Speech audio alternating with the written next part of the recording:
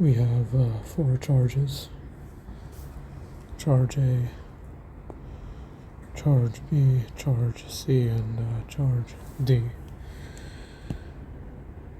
And we're asked to find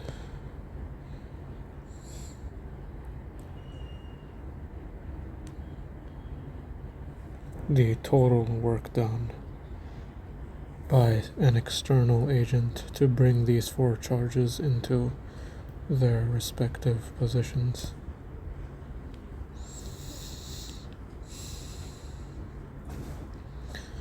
So what I'll do is I'll do this one by one. I'll start with charge A. Charge A is at a position of infinity, and I'm going to bring it to a specific position over here.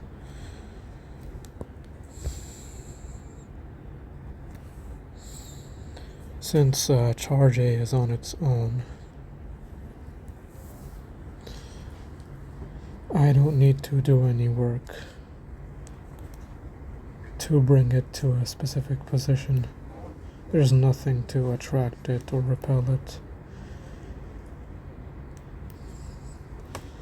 So when I bring charge A to this position,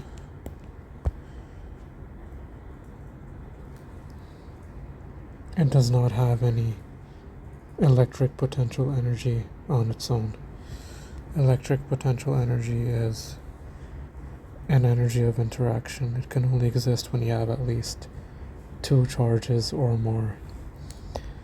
So now that I've brought charge A from infinity to this position, right now the potential energy in the system is 0.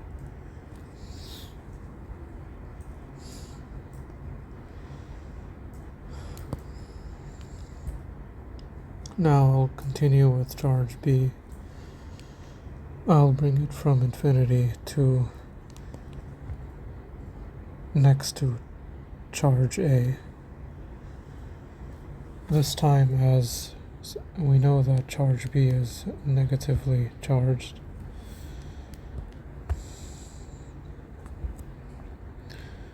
and we know that charge A is positively charged.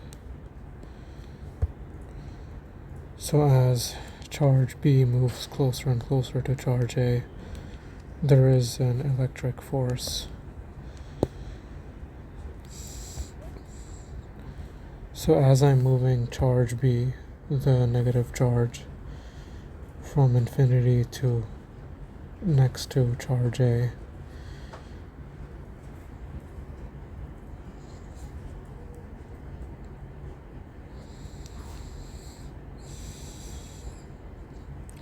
there are two forces on charge B as it's moving towards charge A. There is a force of attraction, an electrostatic force pointed in this direction, and as a result, I, the external agent, I have to push in the opposite direction, so that's where I'm applying my external force. And the idea with this is that I want to bring charge B, or the negative charge, from infinity to its specific position 1 centimeters away from charge A at a constant speed. I need to bring charge B at a constant speed such that there is no kinetic energy, such that there is no change in kinetic energy. That's what I'm trying to say. There is kinetic energy, but there's no net change in kinetic energy from when charge B started at infinity till when it reached 1 centimeters away from charge A. So basically, when a charge is moving at a constant speed, these two forces cancel, and that's what causes the change in kinetic energy to be 0.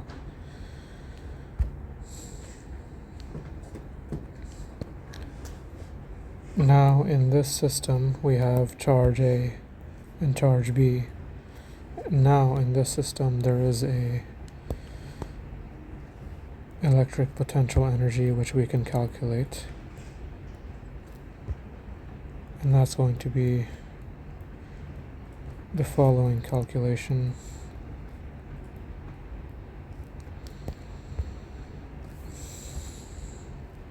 And again, the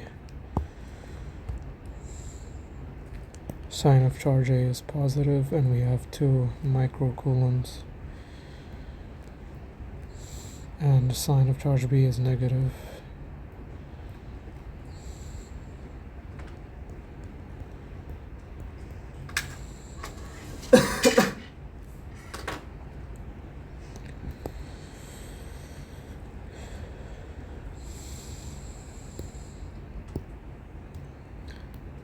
So all of that in the large brackets is the numerator, and I've taken the 2 micro, and what I've done is essentially multiplied them together to simplify my writing here, and I change it to times 10 to the negative 12. And I have to divide this numerator by the distance between charge A and B, which in this case is very simple, it's 1 centimeters. And remember, I have to stick to the original scientific units, so it's 1 times 10 to the minus 2 meters.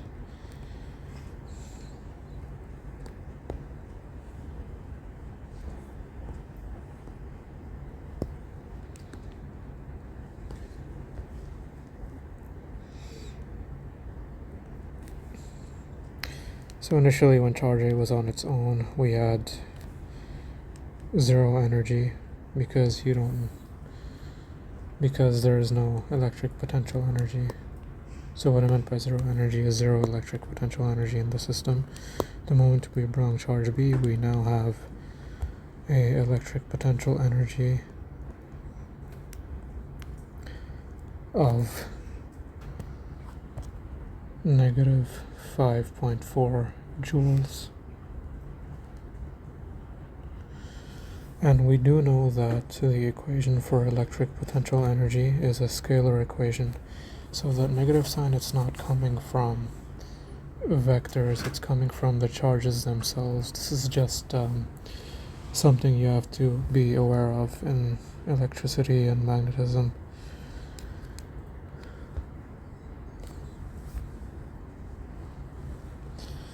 Now that we've brought charge B next to charge A, we're going to bring charge C, and that's a positive charge as well, from infinity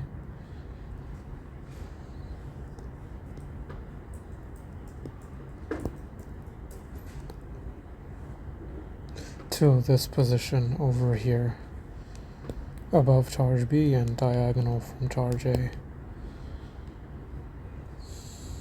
And again, charge C is positively charged. So while I'm bringing it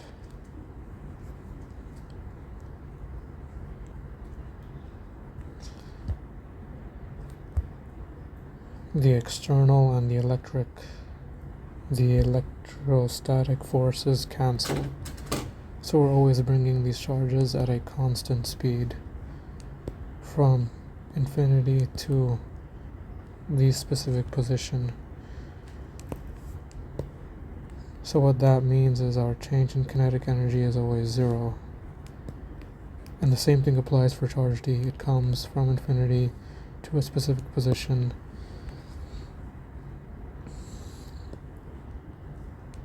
at a constant speed, so that delta K is 0. So basically, we have to do this to find the work done, the total work done. So delta K becomes 0, and we simplify the equation as a result. And we only have the final and the initial potential energies. And we know that the initial potential energy of any of the 4 charges is 0 because they're simply sitting at infinity.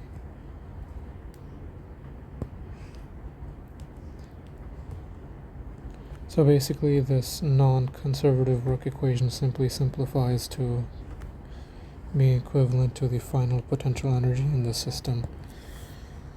And since we have 4 charges, we have to calculate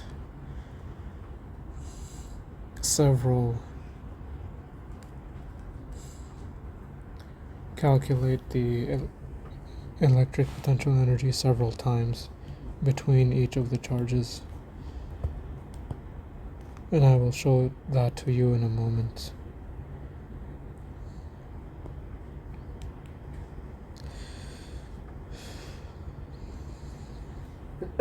So, coming back to charge C, it's a positive charge.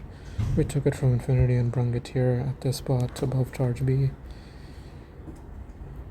Now that charge C is in the system, it is interacting with two charges. Hence, I have to use the electric potential energy equation twice. One for the interaction between charge A and C, and one for the interaction between charge B and C.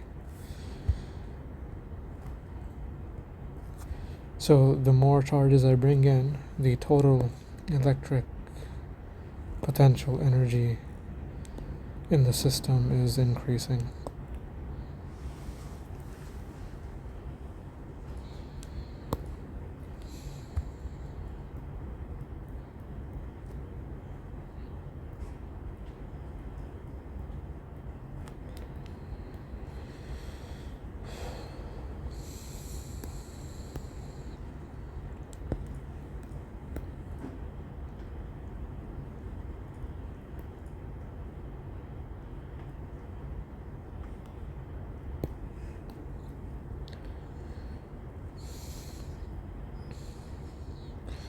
So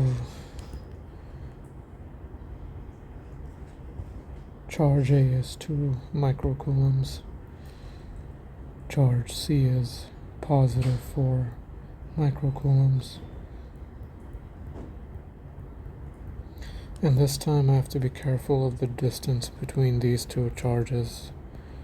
The distance between these two charges, according to the square, is no longer 1 centimeters. We have to use the Pythagorean theorem to figure out the hypotenuse, essentially. The hypotenuse of any of these triangles is the distance between charge C and charge A.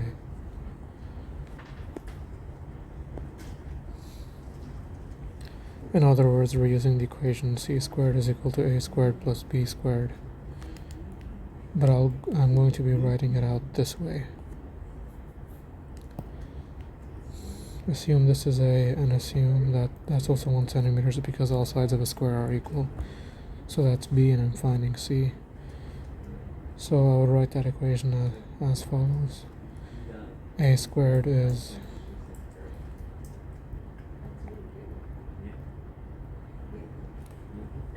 this much, and B squared is also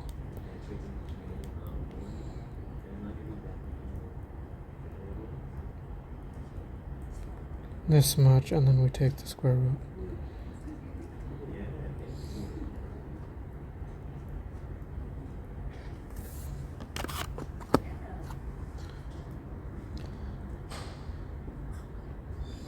We have positive 5.09 joules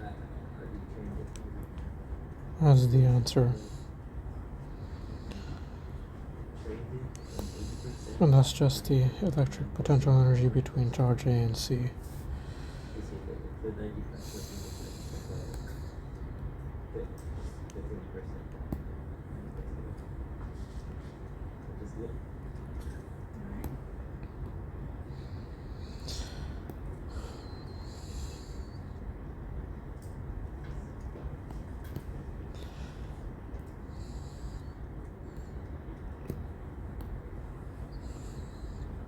Now that I've shown you how to solve for the electric potential energy between charge A and B and charge A and C, I'm not going to show you the calculations for the rest because they're essentially the same, except that the numbers can be different. But what I will do for you is I'll give you the answers.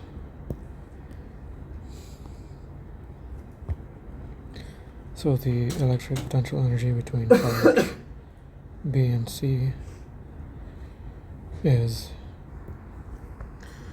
negative 10.8 joules.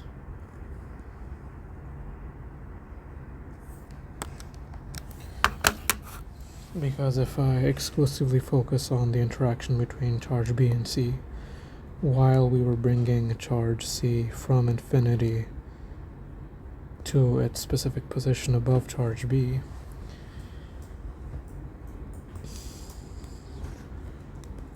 on its way, charge C was experiencing attraction towards charge B, since they're opposite in charge. And so I had to do work against these two charges. I had to do work against the system.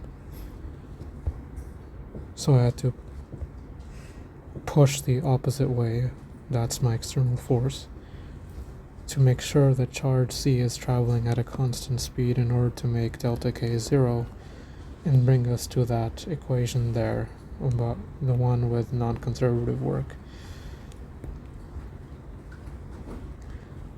And this applies to charge D as well. The same thing would happen between charge D and charge B, since they're opposite in charge. Whereas, for example, let's talk about charge C again. It's positively charged. And now this time let's talk about charge C and charge A. So charge A is already at its position. But when charge C and so now focusing exclusively on charge A and charge C, when we're bringing charge C from infinity, and then we're trying to place it diagonally from charge A, while charge C is traveling, it's experiencing a electrostatic force in the opposite direction because there's a repulsion between charge A and charge C. So I have to do work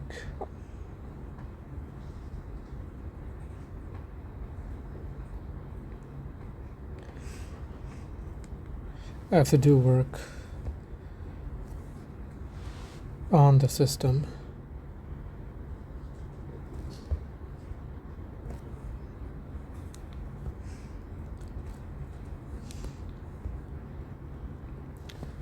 So I have to kind of force the charges together. So now I'm doing work on the system,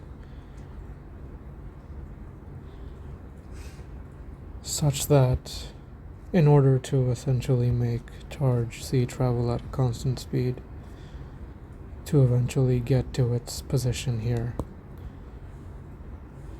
So hence why you see the answer here positive for the electric potential energy between charge A and charge C. In this case, I had to do work on the system, so I'm giving the system energy. Whereas in the case of charge B and C, I had to do work against the system because the system was attracting itself naturally. Hence why we have a negative answer here for the electric potential energy between charge B and charge C.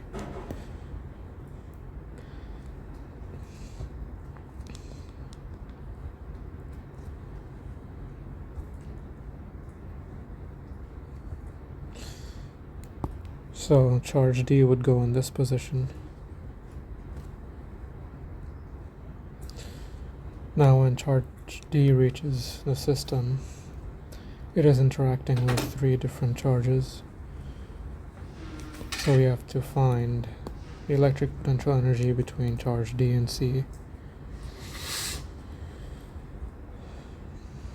charge D and A,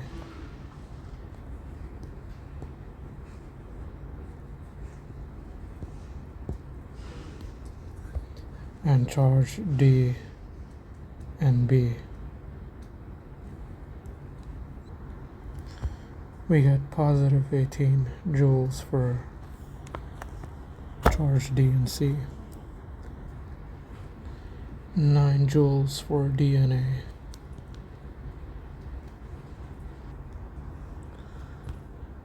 negative 9.55 joules.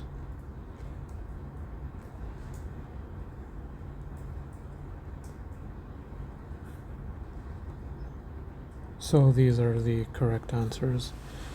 Now, we want to find the total amount of work done, or the total potential energy in the system, after we've assembled the 4 charges in a square position. So now all we have to do is we have to add all of these up. So we get a total of 6.34 joules.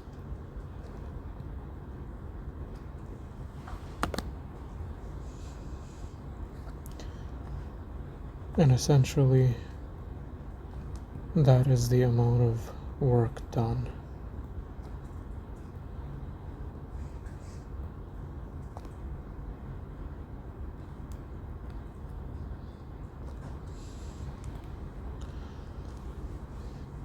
So again, the main things to keep in mind with these types of questions is that the delta K always becomes 0.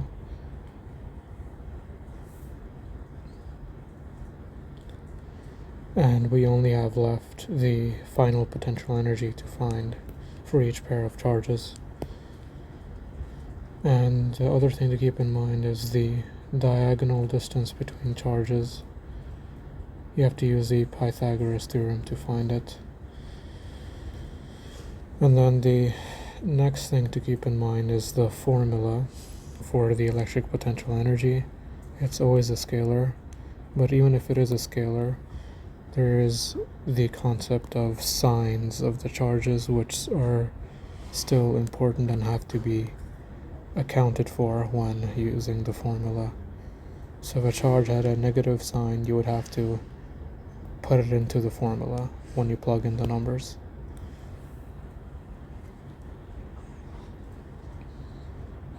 And lastly, we're always bringing one charge at a time from a distance of infinity to its specific position at a constant speed.